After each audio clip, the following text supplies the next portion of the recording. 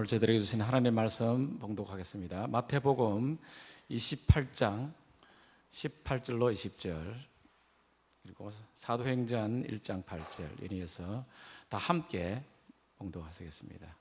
마태복음 28장 18절부터 20절 시작. 예수께서 나와 말씀하여 이르시되 하늘과 땅의 모든 권세를 내게 주셨으니 그러므로 너희는 가서 모든 민족을 제자로 삼아 아버지와 아들과 성령의 이름으로 세례를 베풀고 내가 너희에게 분부한 모든 것을 가르쳐 지키게 하라. 볼지어다 내가 세상 끝날까지 너희와 항상 함께 있으리라 하시리라. 사도행전 1장 8절 다 같이 시작. 오직 성령이 너희에게 임하시면 너희가 권능을 받고 예루살렘과 온 유대와 사마리아와 땅끝까지 이르러 내 증인이 되리라 하시니라. 아멘. 목사님 말씀 전하시겠습니다. 할렐루야. 네, 지난 한 주간도 주의 은혜 가운데 강건하셨죠? 네, 우리 사순절 들어갔고 사순절 기간에는 특별히 절제하셔서 경건에 힘쓰시는 귀한 시간이 되시기 바랍니다. 옆에 분들하고 인사하실 때 시간을 절제해서 기도에 힘씁시다 인사하시기 바랍니다. 시간을 절제해서 기도에 힘씁시다. 네, 저한테는 오늘이 좀 특별한 날입니다. 작년 3월 둘째 주일이 3월 10일이었는데 3월 10일 날 오후 예배 때 제가 여러분을 처음 만난 날입니다. 그래서 참 특별한 1년이었습니다.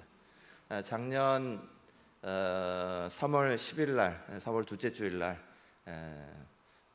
그날의 기억이 아직도 생생합니다. 그 강장로님하고 3월 10일 날 와서 오후 예배 설교를 해주십시오. 그렇게 이제 연락을 받고는 그 주간이 아니라 뭐 2월부터 시작해서 3월 계속 뭐 날마다 너무 바빴어요. 계속 너무 바쁘고 뭐 주일날도 거의 뭐 분 단위로 사람들이 막 오셔가지고 계속 만나고 있는 상황이었기 때문에 진짜 3월 둘째 주일날 오후 예배를 내가 갈 수 있을까 싶었어요.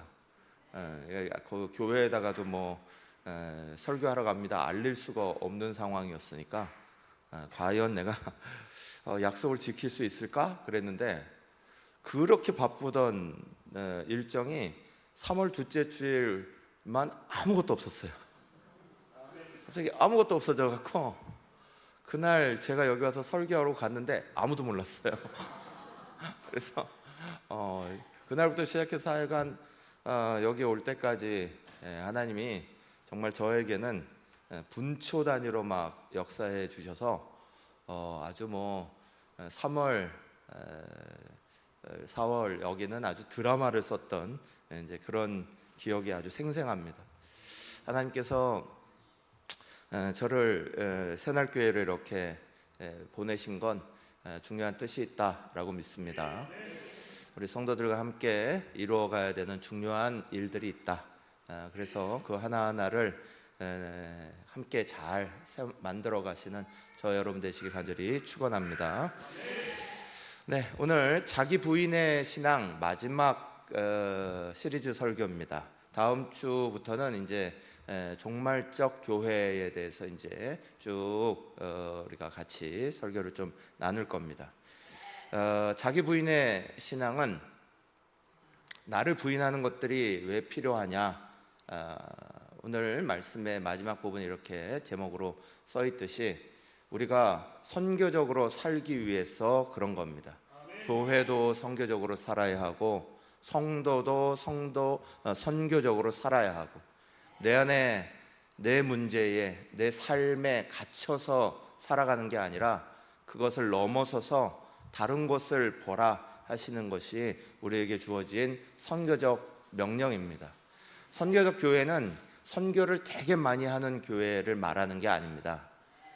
우리가 우리 안에 가두어지지 말고 내 문제, 내 생각, 내 삶, 내 가족 여기에 가두어지지 말고 그것을 넘어서서 주님이 보라 하시는 곳을 볼 수 있는 그런 교회가 선교적 교회고, 그런 성도가 선교적 성도입니다.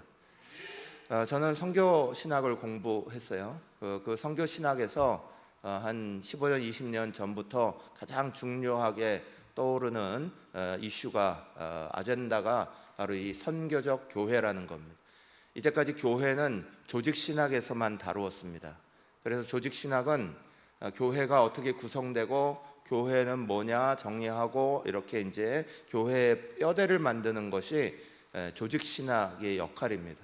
그래서 교회 그러면 항상 조직 신학적으로만 봐왔습니다. 그런데 어느 날인가부터 선교 신학에서 교회를 이야기하기 시작했습니다. 왜냐하면 교회의 가장 본질적인 모습이 선교이기 때문에 그래요. 그래서 에밀 브누어라는 분은 이런 말을 했어요. 불이 타는 것으로 존재하듯이 교회는 선교함으로 존재한다, 이런 이야기를 했어요. 불이 타는 것으로 존재하듯이 교회는, 성도는 선교하는 것으로 존재한다. 선교적 교회는 다시 말씀드리지만 선교를 선교사를 많이 보내고 선교하는 것들에만 힘을 쓰고 하는 그런 교회는 아닙니다. 선교적 교회는 우리 안에 여러 가지 일들이 있고 문제가 있고 또는 해결해야 되는 것들이 있어도 우리 안에만 가둬져 있는 모습이 아니라 그것을 넘어서서 주님이 보라고 하시는 자를 향해 믿음으로 나아가는 사람들이 바로 선교적 교회, 선교적 성도임을 먼저 기억하시면서 오늘 말씀을 같이 나눕니다. 저는 하나님께서 선택하신 이스라엘 땅이 특별하다고 여러분에게 말씀드린 적이 몇 번 있습니다. 이스라엘 지도는 그리기 굉장히 쉽습니다. 이렇게 쭉 해안선을 그리고 나서 위에 동그라미 쭉 내려와서 밑에 동그라미 그리면 다 그렸어요. 굉장히 쉽습니다. 중요한 건 위에 동그라미가 갈릴리 호수고 쭉 내려오는 요단강을 내려와서 밑에 큰 동그라미가 사해입니다. 하나님은 이 땅을 통해서도 우리 가운데 말씀하신다고 제가 몇 번 말씀드렸습니다. 이 갈릴리 호수나 밑에 사해 바다나 다 헐몬이라는 산에 눈 녹은 물을 쭉 받아들입니다. 거기에 들어오는 물은 항상 그곳에 내려오는 물을 통해서만 들어오게 되어 있습니다. 그래서 갈릴리 호수나 사해 바다나 다 똑같은 물을 받아들이는 겁니다. 그런데 우리가 알듯이 사실 성경에는 사해바다라는 이름은 없습니다. 사해바다가 아니라 데드시가 아니라 염해예요. 솔트스예요. 그냥 소금바다 이렇게만 다 표현이 되어 있는데, 그런데 우리는 그걸 사해바다 이렇게 표현합니다. 말대로 소금이 너무 농도가 높아서 더 이상 생물이 살기에는 살 수 없는 죽은 바다다. 우리는 그런 의미로 이것을 사해바다 이렇게 이름 붙여놓은 거죠. 갈릴리 호수는 같은 물을 받지만 다 살아 있습니다. 항상 거기에는 생명력이 넘쳐납니다. 그런데 같은 물을 받고 있는 이 사해바다는 생명이 살 수 없습니다. 그 이유는 아주 간단합니다. 갈릴리 호수는 물을 받아들이는 것과 함께 항상 물을 내보냅니다. 그래서 거기에는 고인물이 없습니다. 항상 살아있는 물이 되는 겁니다. 그러나 사해바다는 물을 받아들이기만 할 뿐 내어보내지를 않습니다. 그래서 거기에서 항상 모여서 승발하고 나면 남으면 결국은 소금밖에 남지 않는 그런 곳으로 바뀌어버리게 되는 겁니다. 성도의 삶은 이 생명력이 중요합니다. 생명력은 받아들이는 것에만 있는 게 아닙니다. 하나님 말씀을 받아들이는 거에만 생명력이 있는 게 아니라 받아들이며 내보내야 되는 겁니다. 받아들이고 내보내는 것들이 일어나야 생명력이 있는 거지, 항상 좋은 것만 받아들이겠다 하고 내어보내지 않으면 결국 고인물이 되고 썩는 모습밖에 되지 않습니다. 사랑하는 여러분, 주님은 우리 가운데 마지막 제자들을 다 불러 모으시고 아주 중요한 명령을 하셨습니다. 오늘 우리가 읽는 본문은 바로 그 명령의 자리를 함께 보는 겁니다. 이 명령은 분명합니다. 이 명령은 분명하게 주님께서 우리에게 하라라고 하신 명령입니다. 그래서 우리는 이 명령을 말 그대로 그레이트 커미션이라고 이름 붙였습니다. 위대한 명령이다. 반드시 지켜야 하는 대명령이다. 또 그 명령은 반드시 우리의 삶 가운데 이뤄야 하는 가장 중요한 지상 명령이다. 우리는 그 명령을 이렇게 명명했습니다. 다른 어떠한 것들보다 반드시 이것은 그렇게 지켜야 한다. 우리는 그것을 이렇게 받아들였습니다.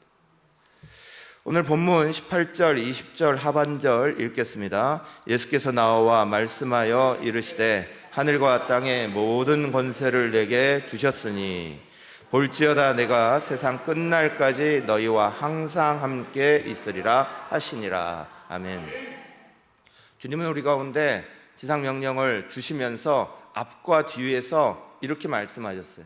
하늘과 땅의 모든 권세를 다 하나님이 나에게 주셨다. 내가 가지고 있다. 그래서 내가 세상 끝날까지 너희하고 함께 할 거야.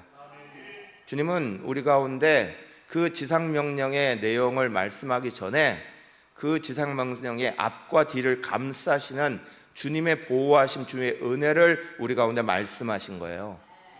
그래서 우리는 어떤 사람이 이 위대한 명령을 지켜낼 수 있나? 결국은 주님의 그 권세와 그 능력을 믿는 사람들, 주님이 세상 끝날까지 나하고 함께 할 거라고 믿는 사람들이 우리의 삶의 자리 안에서 주님의 그 약속을 믿고 나갈 수 있는 거예요. 사랑하는 여러분, 이번 설교 시리즈가 끝나면 이번에 이제 제가 지금 자기 부인의 신앙 오늘 마지막 설교인데 그 다음에 이제 우리 종말적 신앙에 대해서 쭉 시리즈 설교 나머지 부분을 할 겁니다. 우리가 처음부터 십자가 신앙 또 뭐 이렇게 계속해서 4가지 신앙에 대해서 성도들은 꼭 가져야 된다 하시면서 이제 말씀을 쭉 해오는데 그 한 가지 남은 것이 이제 종말적 신앙이에요. 그 종말적 신앙에 대한 설교가 딱 끝나고 나면 제가 여러분들과 함께 꼭 나누고 싶은 5가지 믿음에 대한 설교가 있습니다. 우리는 하나님에 대해서 절대적인 믿음이 필요한 게 있습니다. 그 절대적으로 흔들리지 말아야 되는 믿음의 자리가 있어요. 한번 따라해 보시죠. 첫째, 하나님은 오늘도 살아계십니다. 둘째, 하나님은 나를 지극히 사랑하십니다. 셋째, 하나님은 기도에 반드시 응답하십니다. 넷째, 하나님은 가장 좋은 것으로 주십니다. 다섯째, 하나님은 세상 끝날까지 나와 함께 하시고 나를 통해 영광을 받으시기 원합니다.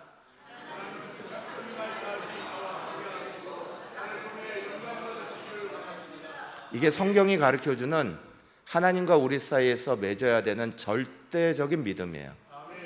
어떤 사람도 이 5가지 믿음만 흔들리지 않으면 우리의 신앙의 자리가 흔들릴 수 없습니다.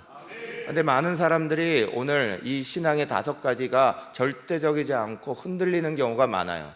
하나님 오늘도 살아계시다 그랬는데 왜 살아계신 하나님이 내게는 느껴지지 않아요? 왜 하나님은 나에게 있어서는 마치 침묵하시는 하나님, 죽은 하나님처럼 나에게 그렇게 다가오세요? 그렇게 받아들이는 거예요. 하나님이 나를 지극히 사랑하신다고 했는데 그 사랑이 왜 나에게는 느껴지지 않는 거예요? 의심하는 거예요. 하나님이 내게 가장 좋은 것으로 주신다 했는데 왜 내 삶은 이렇게 좋은 것이 아니라 힘든 것들이 가득한 거예요? 하나님은 내 기도에 반드시 응답하신다 했는데 그 기도 응답이 도대체 언제 되는 거예요? 우리는 절대적인 믿음을 가지지 못하고 여기에서 흔들리는 것을 많이 가집니다. 그래서 사람들이 하나님에 대해서 흔들리는 거예요. 성경은 우리 가운데 이 5가지가 분명해지기를 굉장히 강조하십니다. 이 설교들이 다 끝나고 나면 이 설교 하나하나를 여러분과 함께 나누면서 우리의 믿음을 굳건하게 하기를 바랍니다. 이게 굳건해야 되는 중요한 이유는 자기 부인하고, 내가 내 자신을 부인하고 주님이 원하시는 자리, 주님이 보라고 하시는 자리, 그것을 향해 나아갈 때 흔들리지 않도록, 주님이 우리 가운데 하늘과 땅의 모든 권세를 가지고 계시고 주님이 세상 끝날까지 나와 함께 하신다, 그것을 내가 분명하게 믿을 수 있어야 오늘 내가 내 자신을 부인하고 하나님의 은혜의 길로 나아갈 수 있는 거예요. 사랑하는 여러분, 주님은 우리 가운데 말씀하세요. 우리의 삶의 자리 안에 여러 가지 힘들고 어려운 일들이 수없이 많아도 거기에 대해서 염려하지 말라는 거예요. 하나님이 우리를 채우신다는 거예요. 하나님은 마태복음 6장에서 말씀하셨어요. 너희는 먼저 그의 나라와 그의 의를 구하라 그러셨어요. 그러면서 약속하신 게 뭐예요? 내일 일은 내일 염려하지 마라. 무엇을 먹을까 무엇을 입을까 걱정하지 마라. 내가 너희를 다 먹이고 입힌다. 주님 약속하셨어요. 하늘에 나는 새를 봐라. 땅에 있는 조그만 풀떼기 하나를 봐라. 그 어떤 것도 하나님이 멸하지 않으시면 사라지는 것들이 없고 그 모든 것들을 다 먹이시는데 하물며 너희일까 보냐 그러셨어요. 하나님이 우리에게 다 채우시겠다는 거예요. 그래서 그 채우심의 은혜를 우리는 하나님으로부터 받고 우리는 주님이 보여주시는 대로 지상명령에 힘쓰라는 거예요. 지상명령은 내 자신을 보는 게 아니라 밖을 보는 거예요. 내가 그 지상명령을 가지고 있다는 건 오늘 내 문제에 매여 있는 게 아니라 주님이 우리에게 명하신 대로 밖으로 향하여서, 다른 사람을 향하여서, 내가 해야 되는 자리를 향하여서 믿음의 자리를 펴나가라는 거예요. 그건 믿음이 있어야 지켜나가는 명령이기 때문에, 그래서 우리는 자기 부인의 신앙이 중요한 거예요. 주님이 우리를 다 채우신다고 믿으시기를 축원합니다. 그러면서 19절 20절 상반절은 우리 가운데 이렇게 말해요. 같이 읽겠습니다. 그러므로 너희는 가서 모든 민족을 제자로 삼아 아버지와 아들과 성령의 이름으로 세례를 베풀고 내가 너희에게 분부한 모든 것을 가르쳐 지키게 하라. 아멘. 이 문장이 위대한 명령이죠. 그레이트 커미션이죠. 이 문장이 우리에게 주신 최고의 명령이죠. 이건 지켜도 된다, 지키지 않아도 된다는 권유사항이 아닙니다. 이건 명령입니다. 주님이 이 명령을 우리 가운데 지키라 하셨습니다.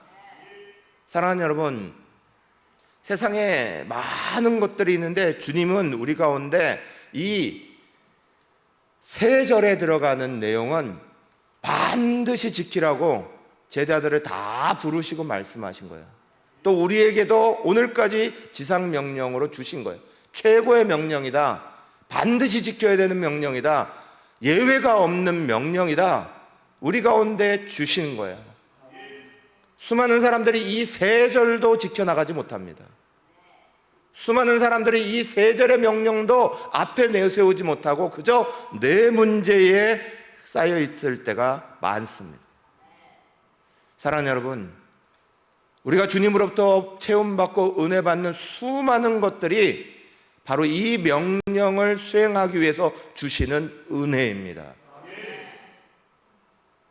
이걸 주님이 우리 가운데 수행하라고, 주님은 우리의 삶에 어려움 일어나면 그걸 해결해 주시고 문제가 생기면 풀어주시고, 주님은 우리의 삶의 모든 부분을 책임지시면서 해나가시는 가장 중요한 이유가 이 명령 지키라고 하시는 거예요. 너희의 문제는 내가 다 맡아줄 테니까 너희는 내가 명령한 것 지켜라. 이게 주님이 우리에게 주시는 메시지예요. 사랑하는 여러분, 오늘 우리가 읽은 19절에서 20절 말씀은 동사만 4가지가 등장합니다. 말씀 좀 띄워주세요, 방송실. 19절 20절 말씀에 보면 가라라는 동사, 제자 삼으라는 동사, 세례를 베풀라는 동사, 가르쳐 지키라는 동사, 동사만 4가지가 등장합니다. 그런데 이 동사들 중에 제일 주가 되는 주동사, 본동사라고 말하는 가장 중요한 동사는 제자 삼으랍니다. 헬라어 성경에 이것이 분명하게 명령되어 있어요. 제자를 삼으라. 그리고 나서 그것을 돕는 단어들이 가라라는 말과 세례를 베풀라라는 말과 가르쳐 지키게 하라는 말이 보조 동사로 나오는 거예요. 다시 말하면 이런 거예요. 가서 제자 삼아라. 세례 베풀어서 제자 삼아라. 가르쳐 지키게 해서 제자 삼아라. 이 말이에요. 제자는 어떤 이들이 제자인가? 12명의 사도들을 제자로 말했나? 그러지 않았어요. 초대교회는 성도라고 이름 불려지는 것보다 제자로 이름 불려지는 것을 더 보편적으로 사용했습니다. 교회에 나오는 이들을, 믿음의 자리를 지키는 이들을 다 제자라고 그들은 스스로를 그렇게 불렀습니다.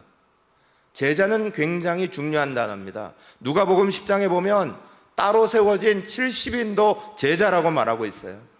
마가 다락방에 모였던 120명들도 제자라고 말합니다. 예수님의 자신의 새 무덤을 내었던 아리마대 요셉이라는 사람도 요한복음 19장에 보면 이도 제자더라, 그렇게 기록되고 있습니다. 숫자에 포함되지 않는 수많은 여인들도 제자들이었습니다. 그들에게 있어서 제자는 굉장히 중요한 이름이었습니다. 제자는 마태복음 5장 1절의 말씀을 보면 분명하게 알게 됩니다. 같이 읽겠습니다. 예수께서 무리를 보시고 산에 올라가 앉으시니 제자들이 나온지라. 여기에 보면 무리라는 단어와 제자라는 단어가 있어요. 제자라는 단어를 표현할 때 이렇게 말했습니다. 사람들이 무리 속에 있는데 그 무리들로부터 예수님께로 앞으로 나왔다는 거예요. 무리들에 속하지 아니하고 그 무리들에서 밖으로 나온 사람들, 그들이 제자입니다. 여러분, 교회가 헬라어로 에클레시아입니다. 교회의 에클레시아라는 뜻이 뭔지 아십니까? 몸으로부터 밖으로 나왔다, 이런 말이에요. 세상으로부터 밖으로 나온 사람들이 교회입니다. 제자의 의미와 똑같은 의미입니다. 무리들 속에서 밖으로 나온 사람들, 예수님 앞으로 나온 사람들이 제자들이고, 세상으로부터 밖으로 나온 사람들이 교회입니다. 사랑하는 여러분, 우리는 제자 삼는 것을 힘써야 합니다. 제자 세워가는 걸 힘써야 되는 거예요. 그것을 위해서 명령하신 동사 3가지가 있어요. 제일 첫 번째는 가라입니다. 가만히 있지 말라는 거예요. 멈추지 말라는 거예요. 수많은 사람들이 자기의 자리에 가만히 있어서 교회에도 전도되는 사람들을 오라 오라 합니다. 나는 안 가고 오라 오라 합니다. 사랑하는 여러분, 주님이 제자 삼으라는 명령을 우리에게 주실 때 주신 행동은 첫 번째 가랍니다. 가야 하는 자리에 있는 겁니다. 저는 우리 사랑하는 성도들을 항상 세상으로 파송합니다. 그리고 금요일이 되면 항상 우리 금요 예배할 때 인사 나누는 게 있습니다. 항상 금요일 날 오시면 제가 그러죠. 잘 돌아오셨습니다. 세상에서 열심히 살다가 한 주간도 힘있게 살다가 주의 품으로 잘 돌아오셨습니다. 여러분, 우리는 흩어지고 나면 다시 모이는 자리로 오기 위하여 힘쓰는 거야. 그리고 다시 모이면 하나님의 은혜 받고 힘을 받고 비축해서 다시 세상으로 나아가는 거예요. 그 일주일의 삶 속에서도 매번마다 모이기에 힘쓰고 또 흩어지기에 힘쓰는 그 일들이 우리 속에 일어나는 거예요. 그게 선교적 교회고 선교적 공동체예요. 사랑하는 여러분, 저와 여러분 모두는 그저 자리에 가만히 있는 사람들이 아닙니다. 우리의 삶은 모이면 하나님의 은혜로 다시 충전해서 세상으로 나아갈 준비하는 거예요. 그리고 나가면 다시 주님께서 명하신 그 사람들과 함께 주의 교회로 모이기에 힘쓰는 거예요. 모이고 흩어짐이 함께 있는 교회가 선교적 교회고 선교적 성도들입니다.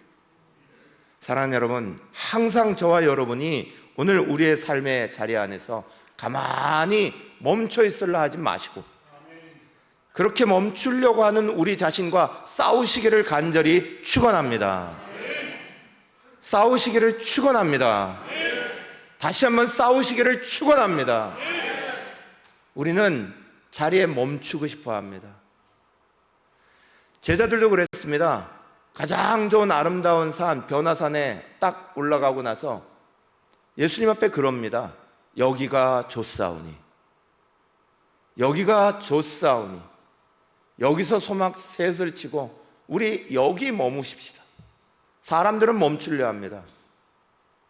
그러나 주님은 거기에 멈추지 않으셨습니다. 십자가 지는 자리로 나아가셨습니다. 제자 삼는 것의 제일 첫 번째 명령은 가랍니다. 갔다가 돌아오는 일들이 우리 안에 늘 넘쳐나시기를 간절히 축원합니다. 두 번째는 세례를 베풀어라 합니다. 세례를 베풀어라는 말은 단순하게 물 세례만 말하는 게 아닙니다.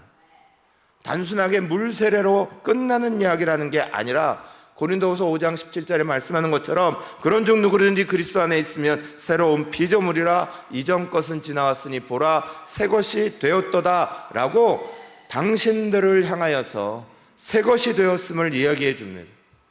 세례의 큰 의미는 마태복음 3장 11절에 보면 이렇게 되어 있어요. 나는 너희로 회개하기 위하여 물로 세례를 베풀거니와 내 뒤에 오시는 이는 나보다 능력이 많으시니 나는 그의 신을 들기도 감당하지 못하겠노라. 그는 성령과 불로 너희에게 세례를 베푸실 것이요 그러셨습니다. 세례의 종류는 단순히 물 세례만 있는 게 아닙니다. 성령의 세례와 불로 받는 세례가 있다는 거예요. 그래서 사도행전 2장 38절에는 이렇게 말합니다. 베드로가 이르되 너희가 회개하여 각각 예수의 이름으로 세례를 받고 죄사함을 받으라. 그리하면 성령의 선물을 받으리니 그랬습니다. 로마서 6장 4절에는 이렇게 말씀합니다. 그러므로 우리가 그리스도 주의 죽으심과 합하여 세례를 받음으로 그와 함께 장사되었나니 이는 아버지의 영광으로 말미암아 그리스도를 죽은 자 가운데서 살리신과 같이 우리로 또한 새 생명 가운데서 행하게 하려 함이라 그러셨어요.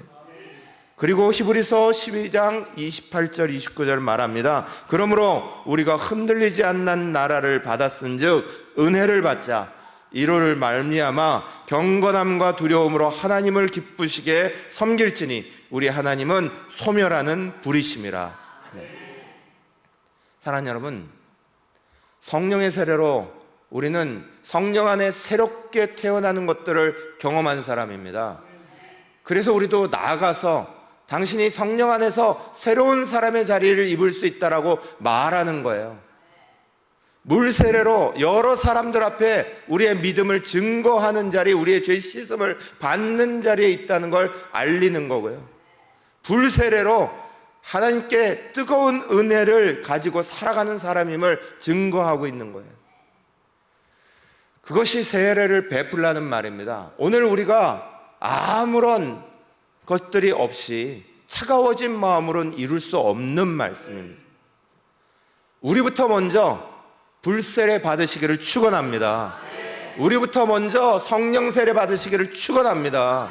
우리부터 먼저 뜨거워지고 하나님의 은혜 가운데 죄 씻은 가운데 새로워지시기를 간절히 축원합니다.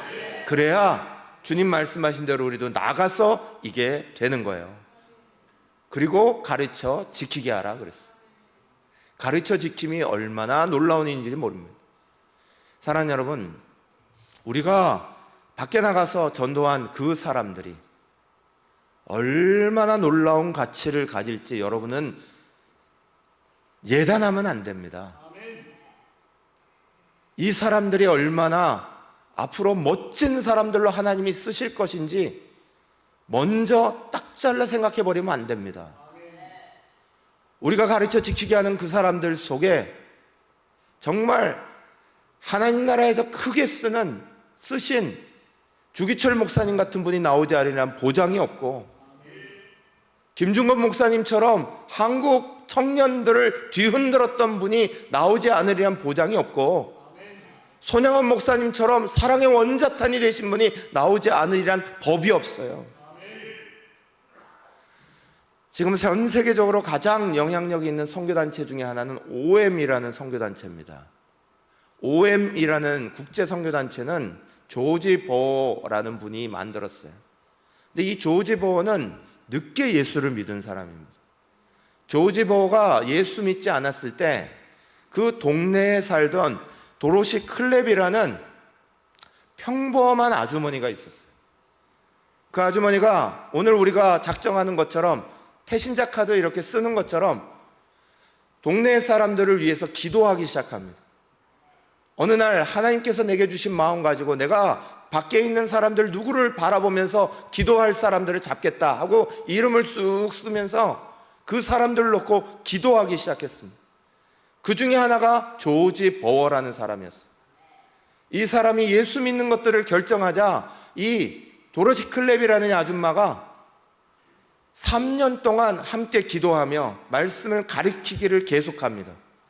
조지 버워가 완전히 변화되고, 그리고 나서 인생을 하나님 앞에 드리고 결국은 20세기에 가장 전 세계적인 영향력을 끼친 OM 선교회를 만든 사람이 돼요.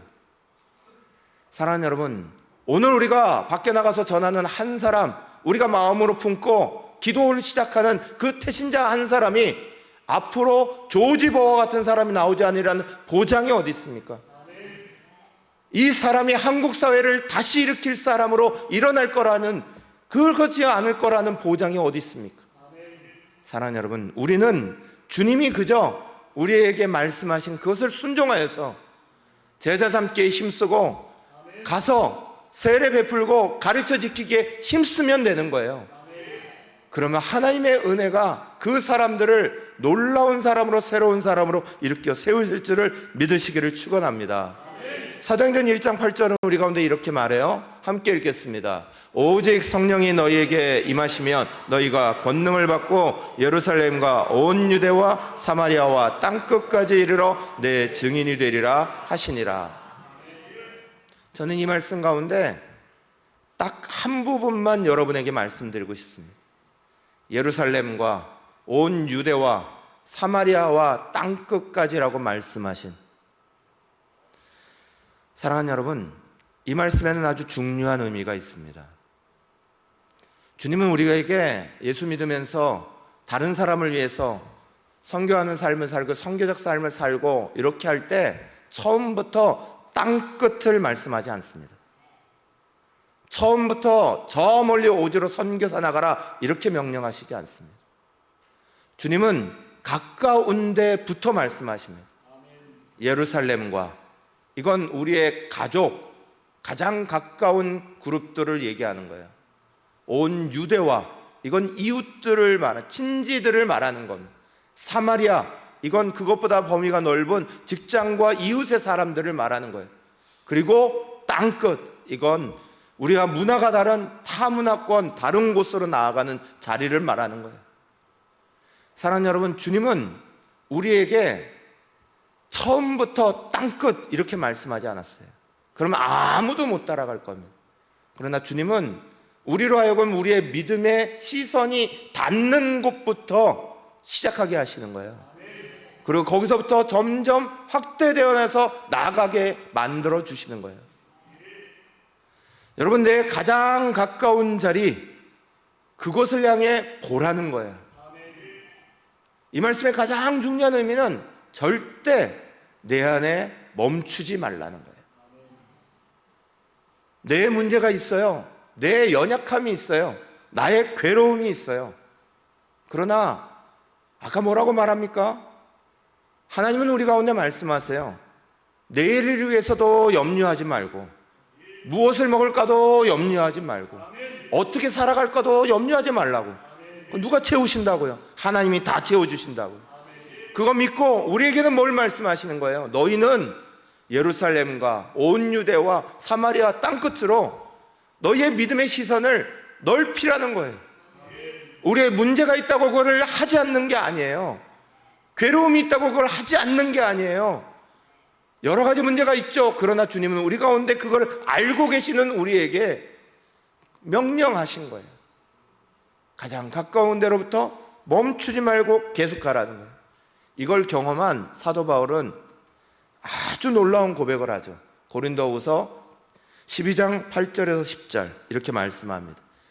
이것이 내게서 떠나게 하기 위하여 내가 3번 주께 간구하였더니 나에게 이르시기를 내 은혜가 내게 족하도다. 이는 능력이 약한 데서 온전하여 짐이라 하신지라. 그러므로 도리어 크게 기뻐함으로 나의 여러 약한 것들에 대하여 자랑하리니 이는 그리스도의 능력이 내게 머물게 하려 함이라. 그러므로 내가 그리스도를 위하여 약한 것들과 능욕과 궁핍과 박해와 곤고를 기뻐하노니 이는 내가 약한 그때의 강함이라. 아멘. 사도 바울도 약한 자기의 모습, 핍박당하는 자기의 모습, 문제가 있는 자기의 모습 봤습니다. 그러나 더 중요한 걸 봤죠. 그 약한 그때가 진짜 하나님이 일하시는 때다. 사랑하는 여러분, 우리는 주님이 지상명령을 주신 것들을 준행해야 됩니다. 반드시 지켜야 됩니다. 그리스도인으로 우리가 은혜 받고 살고 하나님의 은혜 속에 있다면 우리는 그 은혜 때문에라도 반드시 그거 지켜야 합니다. 우리가 연약하다고, 우리가 부족하다고 못 지키는 거 아닙니다. 주님이 그걸 채우시겠다는 거예요. 주의 능력이 나타나게 하시겠다는 거예요. 하나님의 능력으로 그걸 감당하게 하시겠다는 거예요. 그게 우리의 삶의 기적이죠.